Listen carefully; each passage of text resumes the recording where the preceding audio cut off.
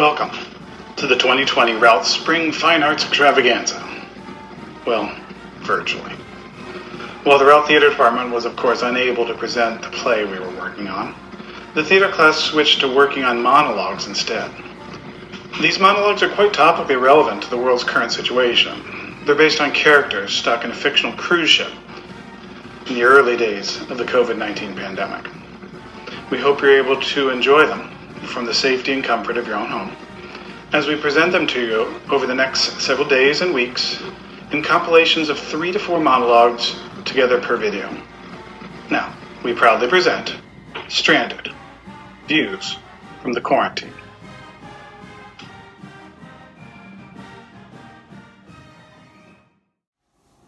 No one tells you how small these staterooms are. I mean, I can just turn around without bumping into my bed. And the toilet, it doubles as a shower, which is good because we ran out of TP days ago.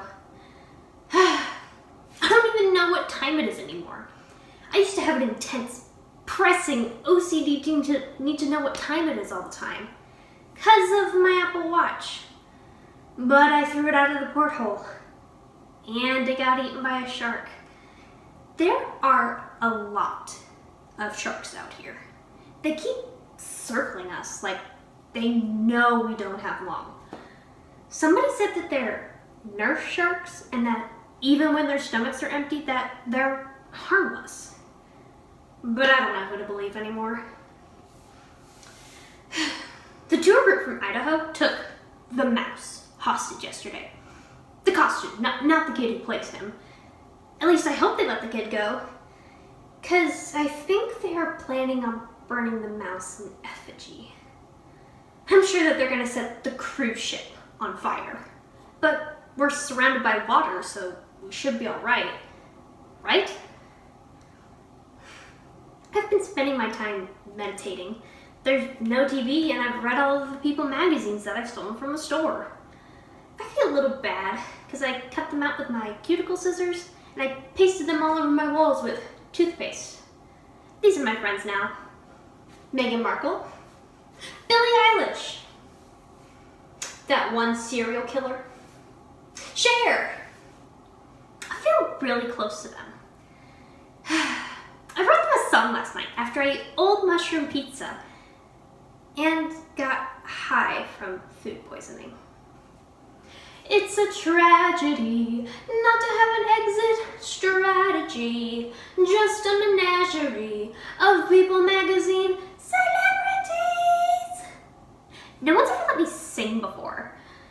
Probably a good thing.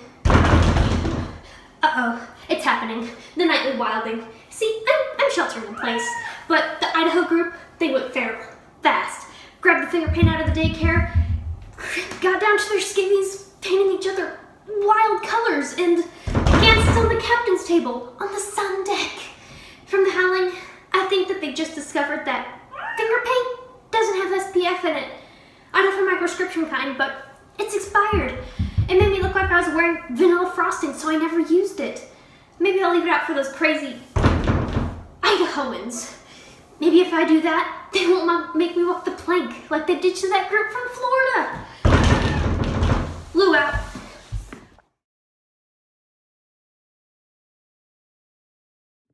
This started out as a vacation, the first one since the twins were born. They are 4 now, so you could imagine. It was the getaway we were longing for, and now we can't get away from it. Having twins was a test for our marriage. Now lock yourself in a cruise ship cabin with your spouse for longer than expected with no access to the tiki bar. That's a test.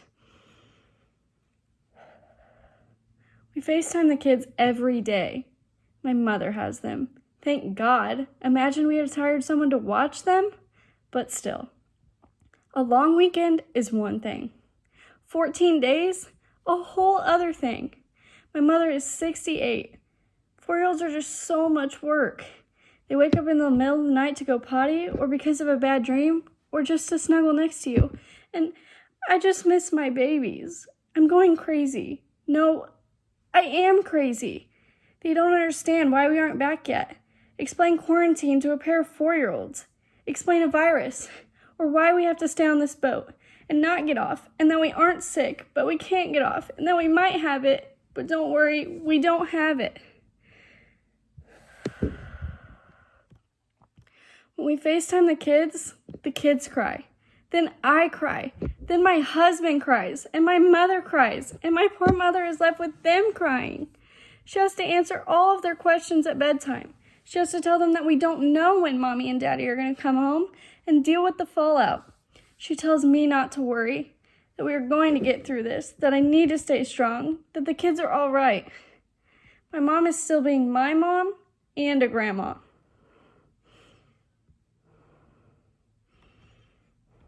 I feel like I can't breathe. The virus is making me feel this way, and I don't even have it. I don't think.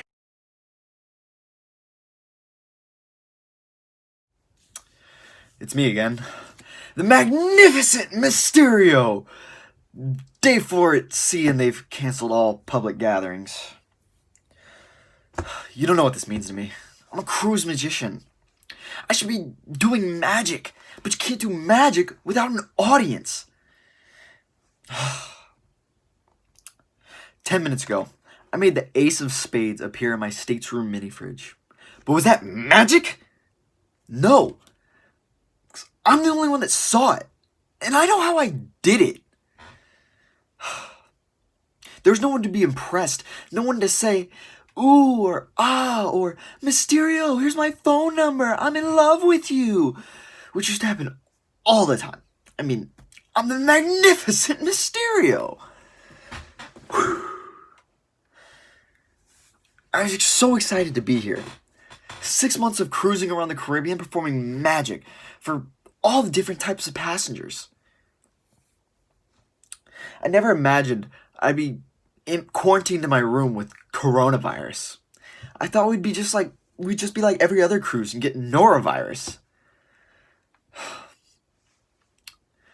I just made this coin appear in my hand.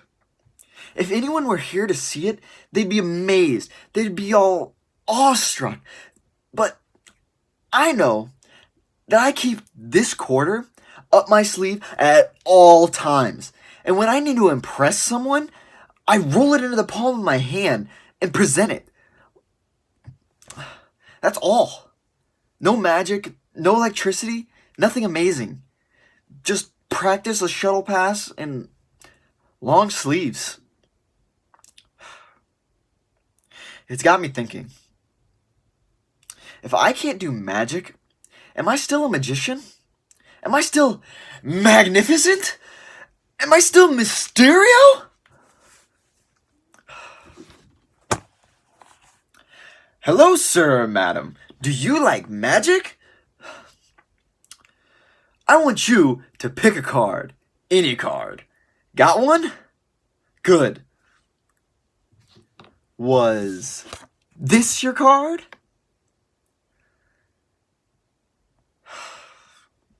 No answer. Can you believe this? When I strolled around the Lido deck doing this for people, they would erupt in applause. I give up. I can't do this anymore. Stop calling me Mysterio.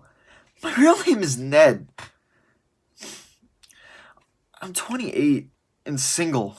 I still have student debt from going to theater school.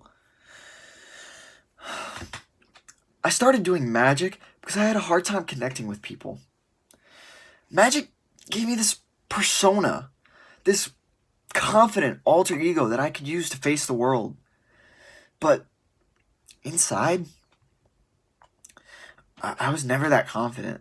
I was looking for validation. Boy, it feels good just to be honest like that.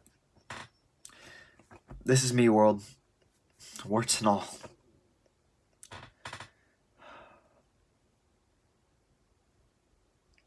Wait a second. I think I just made my ego disappear. That's got to be the most impressive thing I've ever made disappear. And I never even saw it coming. I might be the greatest magician of all time. I'm back, baby. Mysterio out.